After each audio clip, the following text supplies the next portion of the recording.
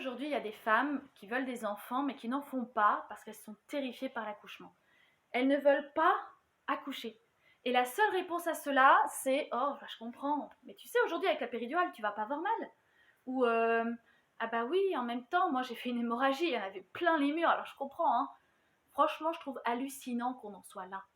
Pourquoi on ne parle pas de danse, de respiration, de transe pour certaines, de ressentir son bébé naître, de la chaleur, de la douceur de son corps?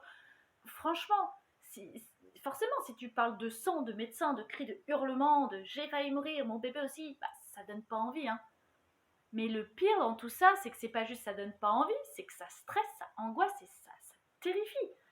C'est quand même quasiment, il y a quand même quasiment 2 fois plus de morts dans un accident de voiture que lors d'un accouchement. Et pourtant, il y a très peu de gens qui sont terrifiés à l'idée de prendre la voiture. Où est la logique là-dedans? En fait, je pense qu'à moins d'être entouré que de belles expériences de naissance, même si parfois très intenses, on ne peut pas ne pas être soumis à l'idée que un accouchement est soi-disant dangereux. Regarde les faits divers, c'est toujours le papa, le pompier ou le médecin qui passait dans la rue ou dans le métro à ce moment-là qui a accouché la maman. Et heureusement qu'il était là, sa sauveur, oh mon Dieu, comment aurait-elle fait sans eux? Bah moi je te réponds, elle l'aurait fait. Elle aurait mis son enfant au monde tout simplement et il n'y aurait pas de problème. Bon, c'est sûr qu'il y a un peu plus glamour que le métro, mais en soi, la manière de présenter les histoires dans le journal fait que les femmes se sentent incapables d'enfanter par elles-mêmes et qu'elles ont forcément besoin d'aide, sinon ça va partir en cacahuète. Sinon c'est la fin pour elles et leur bébé. Et regarde les films et les séries aussi. Je rigole parce que dès qu'il y a un accouchement dans un film, mon homme il me dit « Oh là là, tu vas pas aimer. Ça y est, c'est la fin. » Et je rigole, mais malheureusement, c'est à 99% le cas. Franchement, euh, je parie 9 fois sur 10. La maman, elle est en panique. Elle court partout. Elle a une piscine sous elle. Elle va à l'hôpital, elle hurle, elle s'allonge, elle demande la péridurale. Le papa tombe dans les pommes, il y a un problème, il court partout en disant qu'il faut les sauver. Il y a une césarienne qui est faite par un médecin beau gosse, évidemment. Et on remercie la technologie d'avoir mis au monde le bébé et d'avoir sauvé maman. Et parfois, c'est trop tard et le film commence avec un bébé orphelin. Ok, super. Ça donne envie, hein. Donc forcément, quand t'es exposée en tant que future maman à tout ça, et surtout à uniquement ça, c'est normal que tu sois terrifiée à l'idée d'accoucher.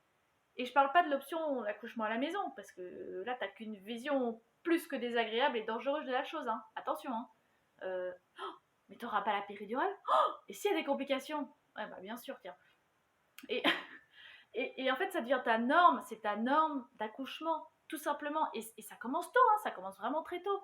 Pour la petite histoire, ma fille, elle a 6 ans, et l'autre fois, elle me dit « Oh maman, tu sais, les mamans et les bébés, ils vont à l'hôpital pour la naissance. » Je la regarde, j'ai cru que j'allais...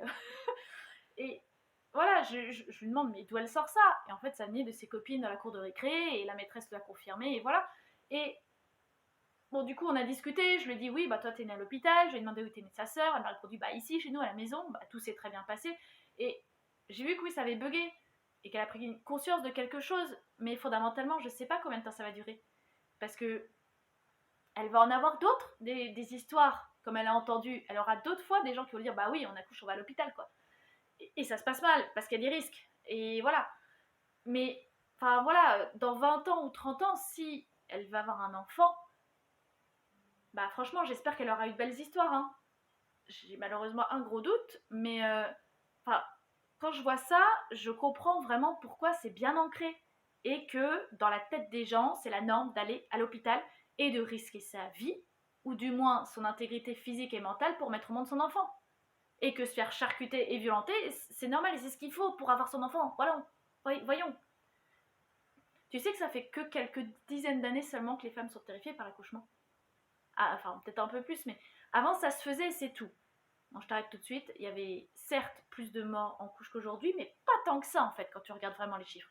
Et surtout, c'était à cause de quoi? À cause de la mauvaise santé et parce qu'il y avait un manque de nourriture et d'hygiène.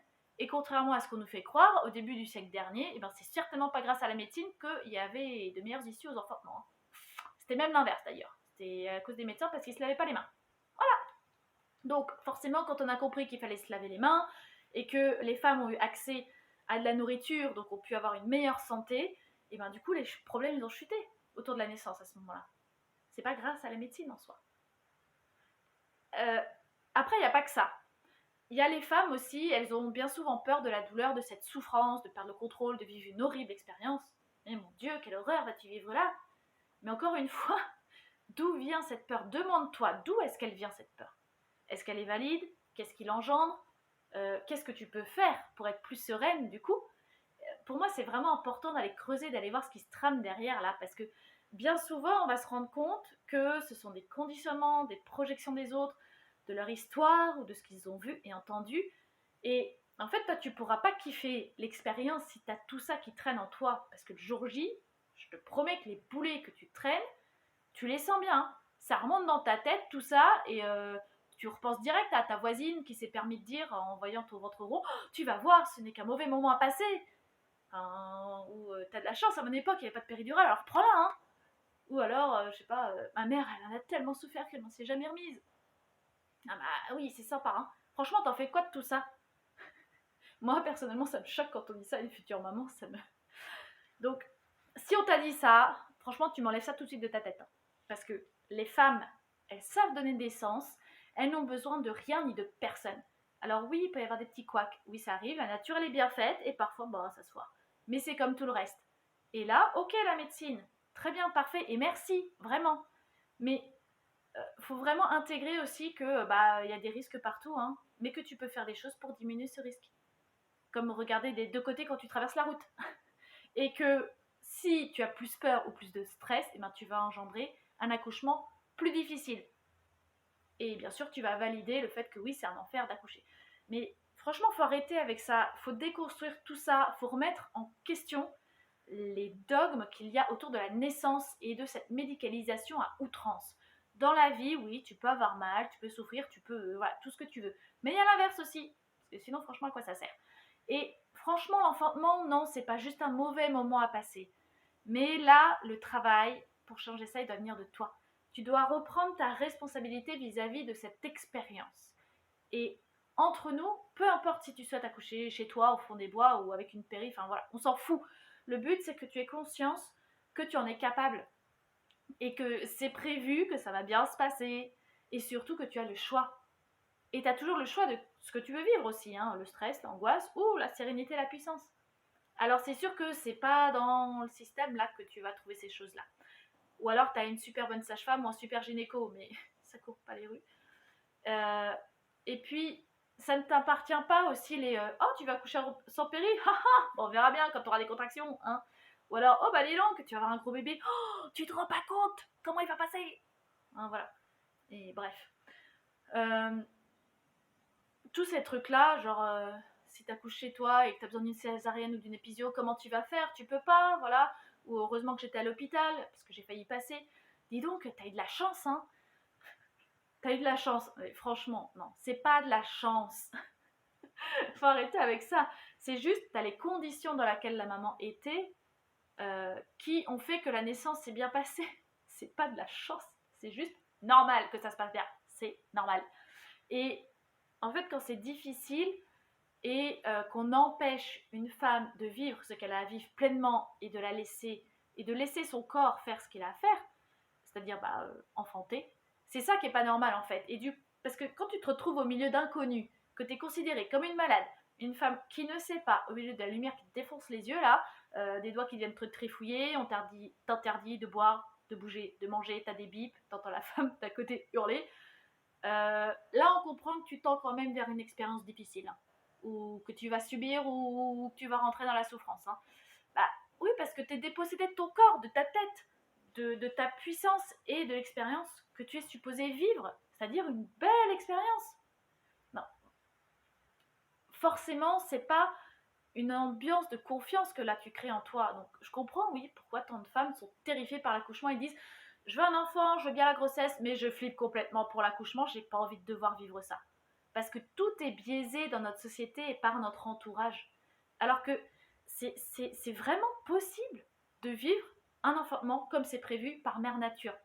Une naissance physiologique, respectée et en même temps sauvage, où tu es apaisé à l'intérieur et en même temps c'est totalement intense, ça te chamboule et tu vis, ça te transcende, tu peux être vivre de l'extase, du plaisir, et après le reste, finalement on s'en fout parce que ça c'est possible, mais vraiment que si toi tu t'engages à faire les choses pour que ça soit finalement un bon moment à passer.